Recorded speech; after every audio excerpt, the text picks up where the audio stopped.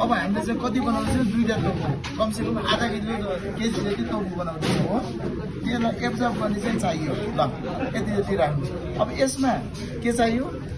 हामीले चाहिँ fees stock भनेको छ नि फिस स्टक भनेको छ नि दासी हो आगे दासी फिस स्टक भनेको त्यो भनेको है ल यतिमा लगभग 15 ग्राम जति त्यो राख्नु हेर्नुहोस् है यो सबैले ध्यान दिनु त्यो उठाउनु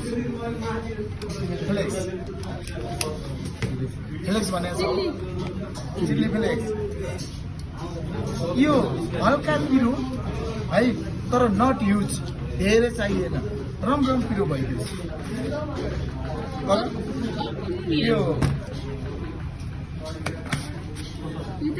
यो छ नि यो फ्लेभरको लागि मात्रै हो है रेसिपीमा कोही पनि पाउँदैन तर हल्का फ्लेभर मात्र मिरिन 5-7 ml यो 10-12 ml है त्यो राख्ने अब यो सबै राख्नुहोस् यसमा ल्याएपछि कोरिन्डर छ त्यसका लागि भाइ पहिला यसो पकाउनुहोस् यसको चाहिँ यो पानी जति छ नि यसको चाहिँ यसलाई 100% मानेर